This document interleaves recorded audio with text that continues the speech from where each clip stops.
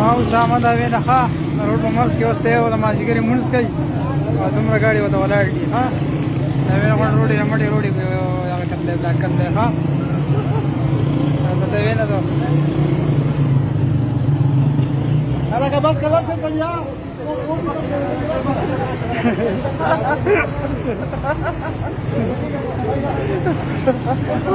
حدیث شریف کی رسول الله صلی الله علیه وسلم فرمایي چې المسلم من سلم المسلمون من لسانه و يده. مسلمان خو هغه د حقيقي مسلمان چې د هغه د جبینا د هغه د لاسونه بل مسلمان محفوظ وي، یعنی د هغه د جسم نه دغه د جبینا دغه د لاسونو دغه د حرکتونو نه بل مسلمان ته تکلیف ونه رسی، دا حقيقي مسلمان. او که یو انسان داسې چې ځان د مسلمان وي د هغې نه باوجود نورو خلکو ته تکلیف ورکوي، ګورې دا حقيقي مسلمان نه دی، د عمل د مسلمان عمل نه دی. د دې بابا دا ویډیو تاسو کتا سپینګیره کس دی، لیکن په روډ کې باقاعده جانواز بچاو کړل لګیا دی موس کې او باقاعده ټرافیک جام کړل خلکو ته تکلیف ورکې لګیا دی. د دې عمل په ذریعہ باندې دی لګیا دی چې خام عمل کوم عبادت کوم، لیکن دا د چې کوم دا عمل کې لګیا دی دا په اسلام کې ناجایز او حرام عمل دی. او کچري دی په دې تور باندې کې چې ز خلکو خندوما د خلکو د خندا لپاره د شاعر اسلام چې مذاق وړاوي نو یاد وساتي په دې نیت باندې داسې عمل کړي د خلکو د خندا لپاره د اسلام د شاعر اسلام مذاق وړاول په دې باندې انسان د اسلام نه خارج شي، ځکه چې اسلام د ټوکو ټکالو شی نه دی. ان الدین عند الله الاسلام، د الله رب العزت په نزدیک دین او مذهب چې کوم دی هغه څه صرف او صرف اسلام دی. دا الله رب العزت موږ تاسو ته را لېږل دی چې په دې باندې موږ عمل کوو، دا د خلکو د ټوکو ټکالو لپاره شی نه دی. نو بهرحال اوس حالت دې تر ورسېدو چې سپینګیره نن سبا کې چې په دې سوشل میډیا باندې زه ګورم قسم دې چې افسوس سره راشي چې هغه سپینګیری چې هغه زمونږ نوجوان نسل لپاره یو ایډیل یو نمونه وي چې هغه د خلک ګوري دغه خلک زګي، لیکن داسې ضعیف او باقاعده سپینګیری کسان په سوشل میډیا باندې داسې حرکتونه کوي د کیمرې مخې ته چې هغه زموږ د کیمرې شاته یو انسان نشي کولی. نو داسې خلک به د خلکو خپل نوجوان نسل اصلاح سو د افسوس خبره هو بدغه کېده چې مشران داسې شینو کشرانو بس حالت. نو بهرحال د خبرې مقصد هم دغه د ویډیو جوړول مقصد هم دغه دی چې موږ کوم یو کار کوو، موږ مسلمانان یو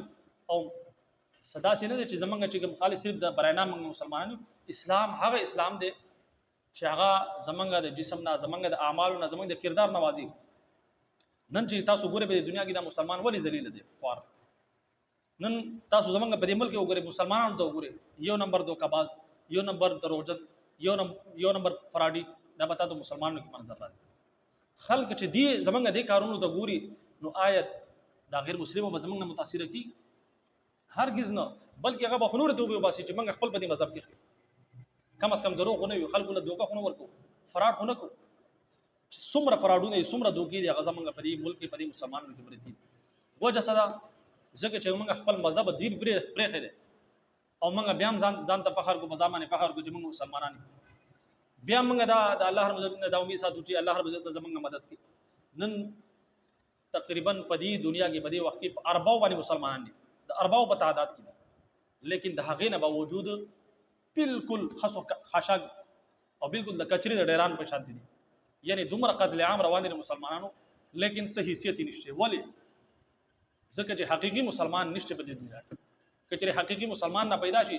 اگر چې هغه چند ولی نه وي هغه چې کوم دی هغه پوره دنیا چې کوم دی هلاوي. غزوه بدر چې 313 صحابه سره هغه ته چې کوم دی په هزارو په تعداد کې خلک، لیکن هغه حقيقي مسلمانانو الله رب بیا دغه مدد هم کړی د فرشتو په ذریعہ باندې هغه چې کوم دی په هزارو په تعداد کې چې کوم کفار او هغه شرک ورکو او دنیا ته خور. نن چې کوم دی موږ ذلیل یو دنیا چې په دنیا کې چې کوم دی مسلمان ذلت ژوندۍ تیرې دغه وجه دغه دا چې مسلمان حقيقي معنی باندې مسلمان نه دي. کچري په حقيقي معنی باندې مسلمان جوړ شي نو ان شاء الله تعالی په دې پوره دنیا کې به اسلام خور شي او د اسلام به صرف خور نشي بلکې د اسلامي نظام نفاذ وشي په پوره دنیا کې، امن او امان براشي، عدل انصاف به جوړ شي. لیکن کچري دا حالت وي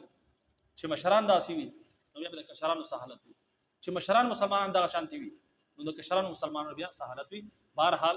د خبرې مقصد دا دی چې موږ صرف براینا مسلمانان نه جوړیږي بلکې عملی طور پر موږ ځان مسلمانان کو او چې کوم اسلام موږ تاسو ته کوم حکم را کړل د کوم کار حکم یې موږ تاسو ته راکړل هغه کار کول ول جوړ شو دی چې کوم عمل نه موږ تاسو باندې کړو چې د هغې نه ځان وساتو الله رب دې موږ تاسو ته دین اسلام صحیح سمجھ او په هغې باندې تعامل کولو توفیق راکړي اجازت راکړئ السلام علیکم ورحمۃ اللہ وبرکاتہ